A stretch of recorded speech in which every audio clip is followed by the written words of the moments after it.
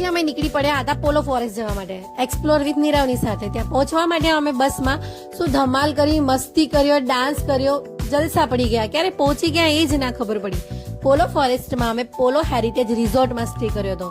ત્યાં પહોંચ્યા તરત અમને વેલકમ ડ્રિંક મળ્યું, અમે જોરદાર બ્રેકફાસ્ટ કર્યો અને એના પછી અમે નીકળી પડ્યા અમારા ટ્રેકિંગ માટે.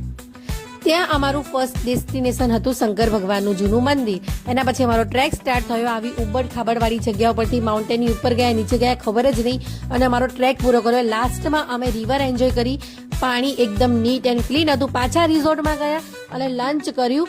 બહુ બધી આઈટમ હતી, એકદમ ટેસ્ટી હતું. એના પછી રિઝોર્ટની અંદર ઇન્ડોર એક્ટિવિટી કરી, એડવેન્ચર એક્ટિવિટી કરી અને પછી સ્વિમિંગ પુલમાં ધુબાકા માર્યા, સોંગ પ્લે કર્યા, ડાન્સ કર્યા, જલસા પડી ગયા. એના પછી આપણા ગુજરાતીઓના ફેવરેટ ગરબા રમ્યા.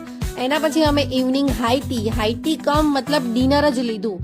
બહુ બધી મેમરી કલેક્ટ કરી. મોસ્ટ રિકમેન્ડ છે. વન ડે પિકનિક માટે આપેલા નંબર ઉપર કોન્ટેક્ટ જરૂરથી કરજો.